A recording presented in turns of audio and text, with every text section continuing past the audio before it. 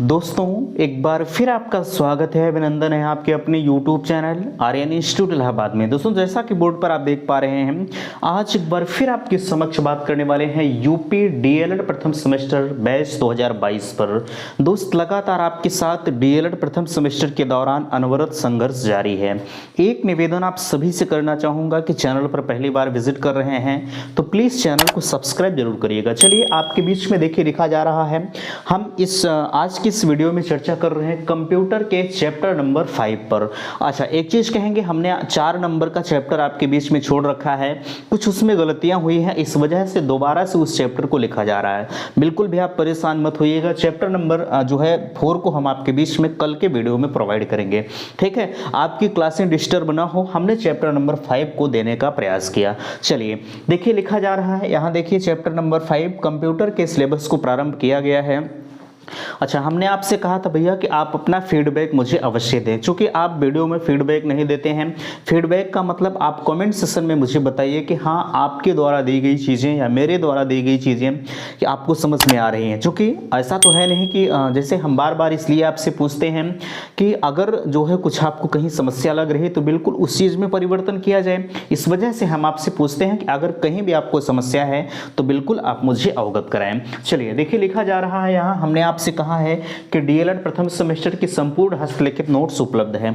अगर आपको जरूरत पड़ रही है तो बिल्कुल लिंक आपके डिस्क्रिप्शन बॉक्स में दिया गया है, वहां पर जाइए और जो है मामूली सी शुल्क, यहाँ देखिए 150 रुपए का पेमेंट करके आप सारे सब्जेक्ट के नोट्स को प्राप्त कर सकते हैं, ठीक है, मात्र और मात्र 150 रुपये में। अगर आपको किसी भी प्रकार की समस्या हो रही है तो 94 52 33 10 53 इन नंबरों पर संपर्क करके बेधड़क अपनी बात को आप मुझसे बताइए, ठीक है। हम हर संभव कोशिश करेंगे कि आपके जितने भी कन्फ्यूजन्स हो रहे हैं, जितने भी समस्याएं आपके बीच में उत्पन्न हो रही हैं डीएलएड प्रथम सेमेस्टर के दौरान, सारे जो है कन्फ्यूजन्स को दूर करने का प्रयास हम करेंगे। इस वजह से आपके बीच में संपर्क सूत्र भी दिया जा रहा है, बिल्कुल आप अपनी बात को हमसे अवगत कराएं, ठीक है। तो चलिए बिना समय को गंवाए हम लेके चलते हैं मोबाइल के स्क्रीन पर। चैप्टर नंबर 5 की शुरुआत इस वीडियो से की जा रही है। मैं निवेदन फिर से करूंगा कि आप अपना फीडबैक अवश्य दीजिएगा और चैनल पर पहली बार विजिट किए हैं तो प्लीज चैनल को सब्सक्राइब जरूर करिएगा। चलिए सीधे तौर पर मोबाइल के स्क्रीन पर। तो दोस्तों हम आ चुके हैं मोबाइल के स्क्रीन पर, जहां से आप देख पा रहे हैं चैप्टर नंबर 5 की शुरुआत आपके बीच में की जा रही है। देखिए चैप्टर नंबर 5 का नाम है कंप्यूटर प्रणाली के संगठक, या कहा जाए जो है कंपोनेंट्स ऑफ कंप्यूटर सिस्टम, ठीक है। इसके अंतर्गत पहला टॉपिक आपके बीच में आता है। देखिए हमने आपसे कहा है हम बिल्कुल भी शॉर्ट नोट आपके बीच में लेके चल रहे हैं, कोई भी विस्तृत उत्तरीय नहीं है, बिल्कुल शॉर्ट में आपको लिखना भी है, जो कि आप सभी को पता है 2 नंबर के जो है हाईएस्ट आपके एग्जाम में जो है 2 नंबर के क्वेश्चन आते हैं, 2 नंबर से ज़्यादा 3 नंबर का नहीं आता है, ठीक है। इस वजह से बिल्कुल आप शॉर्ट में सारी चीज़ों को समझने का प्रयास करेंगे। चलिए सबसे पहला आपके बीच में आता है, देखिए लिखा जा रहा है हार्डवेयर या हार्डवेयर संगठन या हार्डवेयर कंपोनेंट्स क्या होता है। इसके अंतर्गत अगर हम कहें तो कंप्यूटर एक अकेला यंत्र नहीं है, यह एक प्रणाली है। इसके साथ समन्वित रूप से कई यंत्र जुड़े होते हैं जिनके कार्य का समान उद्देश्य होता है। कंप्यूटर प्रणाली के निम्न भाग होते हैं। आपने देखा कंप्यूटर तो ऐसा तो है नहीं कि कंप्यूटर अकेले होता है, ठीक है, नो, कंप्यूटर के और भी अन्य तमाम भाग होते हैं, बिना उन भागों के कंप्यूटर अकेले चल नहीं सकता, ठीक है। यहाँ देखिए लिखा जा रहा है, सबसे पहले आप देख पा रहे हैं निवेश अथवा आगत इकाई, ठीक है। निवेश अथवा आगत इकाई, इसे हम इनपुट यूनिट कह सकते हैं। दूसरा है केंद्रीय संसाधन इकाई, सेंट्रल प्रोसेसिंग यूनिट, जिसे हम सीपीयू कह सकते हैं। महत्वपूर्ण है, आपसे फुल फॉर्म भी पूछा जाता है कि बाबू सीपीयू का फुल फॉर्म बताइए, 1 नंबर के एग्जाम में आता है, इसलिए आप ध्यान रखिएगा कि सेंट्रल प्रोसेसिंग यूनिट, या इसे आप हिंदी में कह सकते हैं केंद्रीय संसाधन इकाई, ठीक है। चलिए 3 नंबर में निर्गत इकाई, इसे हम आउटपुट यूनिट कहते हैं। निवेश निर्गत इकाई, इनपुट आउटपुट यूनिट, इन सभी के सहयोग से एक कंप्यूटर जो है वो अनवरत संचालन करता रहता है, ठीक है। चलिए आगे यहाँ देखिए ग्रेफाइट विद्युत का संचालक है, महत्वपूर्ण है, आप ध्यान रखिएगा, बिल्कुल आपसे बड़े बड़े एग्जामों में ये पूछा जा सकता है कि ग्रेफाइट किसका संचालक होता है, तो आप कहेंगे ग्रेफाइट भैया हमारा विद्युत का संचालक होता है, ठीक है। अब आपके बीच में आता है मेमोरी। मेमोरी। आपने देखा होगा मेमोरी को, आप अच्छी तरह से पढ़ा होगा, 16 GB, 20 GB, 32 GB, तमाम तरह की मेमोरी को आपने देखा होगा। यहाँ देखिए मेमोरी, इसे हम इंग्लिश में हिंदी में स्मृति कहते हैं। इसके अंतर्गत अगर हम कहें तो 8 बिट बराबर 1 बाइट, ठीक है, 1 निब्बल बराबर 4 बिट होता है। अब देखिए एक चीज़ का ध्यान रखिएगा, 1024 बाइट बराबर 1 किलोबाइट या 1 KB होता है।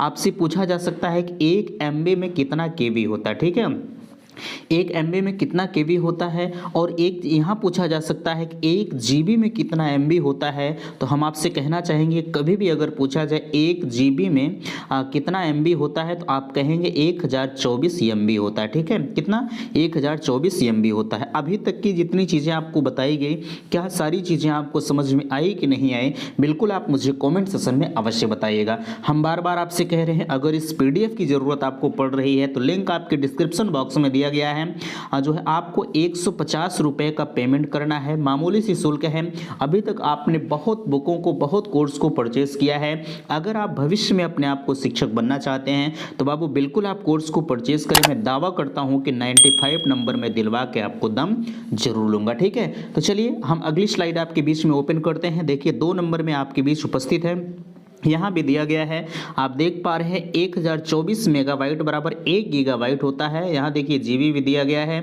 ठीक है, 1 टेराबाइट बराबर 10^12 बाइट या 100 गीगाबाइट होता है, सॉरी 1000 गीगाबाइट होता है। ये सारी चीज़ें आपसे 1 नंबर के क्वेश्चन में पूछी जा सकते हैं, ठीक है। चलिए इतनी चीज़ें आपको समझ में आई कि नहीं आई। अब आपके बीच में आता है पॉइंट्स ऑफ मेमोरी, स्मृति के प्रकार क्या होते हैं।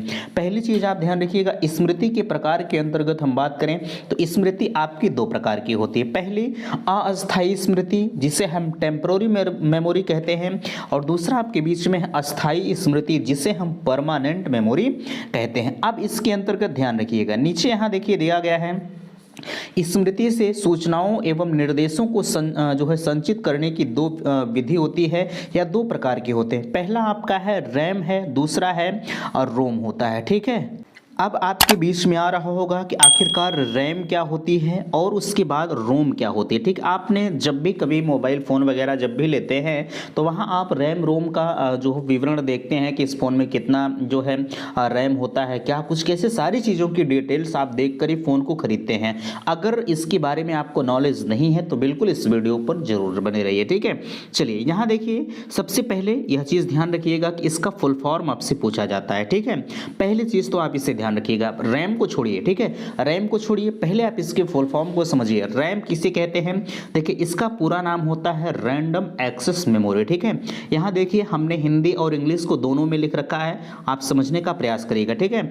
रैंडम एक्सेस मेमोरी, यहाँ भी देखिए वही चीज़, इसकी विशेषता क्या होती है। पहली विशेषता आपके बीच में दी जा रही है, हाँ देखिए पहली विशेषता आपके बीच में है, इसमें कहा जा रहा है कि कंप्यूटर में प्रविष्ट की जाने वाली सभी आंकड़े व निर्देश सर्वप्रथम रैम में ही संग्रहित होते हैं, ठीक है। यानी कंप्यूटर में कोई भी डाटा आप उसमें देते हैं या निर्देश करते हैं तो सर्वप्रथम कहाँ संग्रहित होती है, वो रैम में, यानी रैंडम एक्सेस मेमोरी में संग्रहित होती है। दूसरा अगर हम आपसे कहें तो रैम एक अस्थायी भंडारण व्यवस्था है। विद्युत आपूर्ति रुकने अथवा कंप्यूटर बंद होने की स्थिति में रैम में संग्रहित आंकड़े निर्देश समाप्त हो जाते हैं। इसके लिए रैम को अस्थायी व वोलाटाइल स्मृति भी कहते हैं। पूछा जा सकता है कि वोलाटाइल स्मृति क्या होती है, तो आप कहेंगे रैम को हम जो है वोलाटाइल स्मृति कहते हैं, ठीक है। चलिए इतनी चीजें आपको समझ में। यहाँ कहा जा रहा है कि जैसे रैम में आपने किसी चीज को निर्देश किया और बाय द वे आपके पास इन्वर्टर की व्यवस्था नहीं और सिर्फ बिजली से चल रहा है, जैसे बिजली कटी तैसे ये सारी चीजें जो भी आपने निर्देश दिया है वो सारी चीजें वहीं की वहीं समाप्त हो जाएंगी। तब दोबारा जब भी आप कंप्यूटर को ऑन करेंगे तो दोबारा से वही निर्देश आपको प्रविष्ट करना पड़ेगा, ठीक है। चलिए यहाँ अगला आपसे कहा जा रहा है, यह एक सेमीकंडक्टर जो है चिप होती है, ठीक है। क्या होता है, जो आपका रैम होता है उसे आप सेमीकंडक्टर चिप भी कहते हैं, ठीक है। चलिए इतनी चीज़ें आपको समझ में आई, रैम के बारे में आपने अच्छी तरह से समझ लिया। अगला आपके बीच में आता है रोम, ठीक है, जिसे हम कहते हैं रीड ओनली मेमोरी, ठीक है। आप इसके जो है शब्दों से भी परिचित होइए कि इसे हम रीड ओनली मेमोरी क्यों कहते हैं, ठीक है। देखिए यह आपकी रीड ओनली ऑनली मेमोरी है, इसकी जो विशेषता होती है, देखिए यह एक अस्थायी स्मृति है, ठीक है। आपकी जो रोम होता है, यह एक अस्थायी स्मृति है। दूसरा, रोम में कंप्यूटर निर्माण में ही निर्देश का समूह या प्रोग्राम संग्रहित कर दिए जाते हैं। तीसरा, अगर हम कहें, रोम में संग्रहित निर्देश समूह परिवर्तन को नष्ट नहीं किए जा सकते, ठीक है। यह एक नॉन वोलाटाइल स्मृति या अस्थाई होता है। अब सवाल आता है कि अस्थाई जो है नॉन वोलाटाइल और वोलाटाइल किसे हम कहते हैं। देखिए, जो नॉन वोलाटाइल है वह जो उसकी विशेषता है वह रैम में पाई जाती है, ठीक है, सॉरी रोम में पाई जाती है, क्या, नॉन वोलाटाइल, ठीक है। और जो वोलाटाइल होता है उसे हम रोम में पाते हैं, ठीक है, जिसे हम कहते हैं जो है सॉरी रैम में हम पाते हैं जो है वोलाटाइल, और नॉन वोलाटाइल आपके रोम में पाते हैं, ठीक है। ये चीज़ें आपको समझ में आई कि नहीं आई, बिल्कुल आप मुझे ज़रूर बताइएगा। अगला आपसे कहा जा रहा है, देखिए इसमें कहा जा रहा है रोम व उसमें संग्रहित निर्देश समूह व मूल्यों की संपूर्ण प्रणाली को बेसिक इनपुट आउटपुट सिस्टम है, ठीक है। ये चीज़ें आपको समझ में आई कि नहीं आई, बिल्कुल आप मुझे जरूर बताइएगा। बेसिक, अब देखिए यहाँ एक फुल फॉर्म आपके बीच में आ रहा है, ठीक है। इस फुल फॉर्म को पहली चीज़ आप ध्यान से समझिएगा, ठीक है। फुल फॉर्म को आप समझिएगा। बायोस क्या है, BIOS। देखिए यहाँ अगर हम कहें आपसे बायोस के बारे में तो बेसिक इनपुट आउटपुट सिस्टम, यह फुल फॉर्म आपसे पूछा जाता है, ठीक है। अब रोम के दो प्रकार होते हैं, ठीक है। अब रोम के दो प्रकार होते हैं। पहला आपका है प्रोम, ठीक है। प्रोम क्या होता है, जिसका पूरा नाम है प्रोग्रामेबल रीड ओनली मेमोरी, ठीक है। इस रोम में रिक्त स्थान होते हैं, ठीक है, जिसमें विशेष विधि व उपकरण के माध्यम से नए निर्देश संग्रहित किए जाते हैं। यह महत्वपूर्ण नहीं है, ज़्यादा महत्वपूर्ण आपकी रोम और रैम है, ठीक है। ई प्रोम क्या है, ई प्रोम इसका पूरा नाम है erasable programmable read only memory, ठीक है। इस प्रकार की मेमोरी में विशेष विधि के उपकरण की सहायता से निर्देश समूह को संग्रहित किया जाता है और मिटाया जाता है, ठीक है। ये चीज़ें उम्मीद करते हैं कि अभी तक की सारी बातें आपको समझ में आई होंगी। चलिए अगला आपके बीच में आता है कैश मेमोरी क्या होती है, ठीक है। अब कैश मेमोरी क्या होती है, आपके मन में तमाम तरह की बातें आ रही होंगी। कैश वो रुपए पैसे वाला नहीं है, ठीक है, इसका आप समझने का प्रयास करिएगा। अब आपके बीच में आता है कैश मेमोरी। यहाँ देखिए कहा जा रहा है इसके अंतर्गत अगर हम कहें, यह एक विशेष प्रकार की स्मृति है जो एक विशेष आधुनिक कंप्यूटर सिस्टम में प्रयुक्त होती है। यह प्रक्रिया तेजी से करने की मुख्य या मेन जो है मेमोरी से आंतरिक मेमोरी रजिस्टर में अस्थायी रूप से डाटा तथा सूचनाओं को संकलित करती है तथा उसकी आपूर्ति करती है। देखिए कैश मेमोरी आपके लिए महत्वपूर्ण नहीं है, लेकिन आपके सिलेबस में रखा गया था, इस वजह से जो है आपके नोट्स में भी मुझे देना पड़ा। अगला कहा जा रहा है कैश मेमोरी छोटी तथा तेज गति वाली मेमोरी होती है। आप देखिए अगर कैश मेमोरी आ जाए आपसे, तो अगर आप इतना ही लिख दे रहे हैं, जो कि अगर आप इतना ही लिख दे रहे हैं तो बाकी चीज़ें आपके लिए सफिशिएंट हो जाती हैं, ठीक है। चलिए यहाँ देखिए कहा जा रहा है कैश मेमोरी छोटी तथा तेज गति वाले मेमोरी हैं, CPU तथा प्राथमिक मेमोरी के बीच में कार्य करते हैं। कहाँ CPU तथा प्राथमिक मेमोरी के बीच में कौन सी मेमोरी कार्य करती है, आप कहेंगे कैश मेमोरी कार्य करती है, ठीक है। थोड़ा सा अगर आप दिमाग लगाएंगे तो सारी चीजें खुद ब खुद आप लिख ले जाएंगे। चलिए अब आपके बीच में आता है बस। अब बस क्या होता है समझने का प्रयास करेंगे, ठीक है। चलिए देखिए कहा जा रहा है नियंत्रण इकाई अपने संकेतों, निर्देशों, आंकड़ों को विभिन्न युक्ति व इकाइयों में विद्युत संकेतों के रूप में कुछ तारों के माध्यम से संचरित करता है।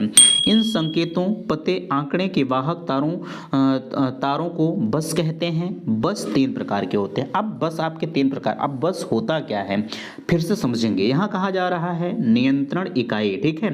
नियंत्रण इकाई अपने संकेतों, समझने का प्रयास करेंगे, अपने संकेतों, निर्देशों, आंकड़ों के विभिन्न युक्ति व इकाइयों में विद्युत संकेतों के रूप में कुछ तारों के माध्यम से संचारित करता है। कौन? बस, ठीक है, संचारित करता है। इन संकेतों, पते व आंकड़ों के वाहक तारों को बस कहते हैं, ठीक है। अब बस आपके तीन प्रकार के होते हैं। पहला है कंट्रोल बस, डाटा बस और एड्रेस बस, ठीक है। अब सवाल आता है कि कंट्रोल बस होता क्या है। अब ये अगर देखा जाए इस वर्ड से भी आप समझ पा रहे हैं कंट्रोल बस होता क्या है। कंट्रोल बस कंप्यूटर के विभिन्न भागों पर नियंत्रण व संकेतों को ले जाने का कार्य करता है, ठीक है। अब डाटा बस क्या होता है। डाटा बस कंप्यूटर का एक इकाई तथा दूसरी इकाई आंकड़ों को पहुंचाने का कार्य करता है। कौन? डाटा बस, ठीक है। चलिए अब लास्ट आपके बीच में ओपन हुआ है एड्रेस, जो है एड्रेस बस इसे कहते हैं। एड्रेस बस आंकड़ों व निर्देशों को स्मृति में जो है किस स्थान से प्राप्त करना है। यहाँ कहा जा रहा है आंकड़ों व निर्देशों को स्मृति में किस स्थान से प्राप्त करना है व किस स्थान पर भेजना है। इसके लिए एड्रेस बस व आंकड़ों को निर्देश के पते या एड्रेस को एक इकाई से दूसरी इकाई तक पहुंचाने का कार्य करता है कौन? Address bus. ठीक है, ये चीज़ें आपको थोड़ा सा अगर बात करें हम, ये एड्रेस बस आपके प्रीवियस ईयर एग्जाम में पूछा गया। ठीक है, हाँ बिल्कुल इसे आप ध्यान रखेंगे एड्रेस बस होता क्या है। चलिए यहाँ ALU आता है, अरिथमेटिक लॉजिक यूनिट क्या होता है। ठीक है, अंक गणती व तार्किक इकाई क्या होता है। इसके अंतर्गत अगर हम कहें आपसे, देखिए कहा जा रहा है कि यह इकाई आंकड़ों व अंक गणतीय क्रियाएं जोड़ घटाना गुणा भाग। ठीक है, क्या चीज? जोड़ घटाना गुणा भाग और तार्किक तुलना लॉजिक कंपैरिजन करती है।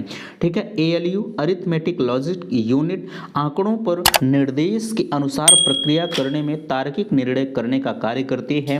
ALU में अंकों की गणना द्विअंकीय प्रणाली या बाइनरी सिस्टम पर गणनाओं पर आधारित होती है। कौन? ALU। ठीक है, आपसे पूछा जा सकता है। अगर ALU नहीं पूछा जाएगा तो बिल्कुल इसका फुल फॉर्म आपसे पूछा जा सकता है कि ALU का फुल फॉर्म क्या होगा, तो आप बताएंगे अरिथमेटिक एंड लॉजिक यूनिट इसका फुल फॉर्म होता है। ठीक है, तो ये था आज का चैप्टर नंबर 5। उम्मीद करते हैं कि आपको सारी चीज़ें समझ में आई होंगी। अगर आपको कहीं समस्या है, कहीं दिक्कत है, तो बिल्कुल मुझे कॉमेंट सेशन में अवश्य बताइएगा। ठीक है, आशा करते हैं वीडियो से आप संतुष्ट हैं। हम ये भी आपसे कहेंगे भैया कि वीडियो को आप लाइक करिए, शेयर करिए और चैनल पर अगर पहली बार आ रहे हैं तो प्लीज़ चैनल को सब्सक्राइब जरूर करिएगा। चलिए वीडियो को समाप्त करते हैं, मिलते हैं किसी नेक्स्ट अगले वीडियो में। तब तक के लिए थैंक्स, धन्यवाद।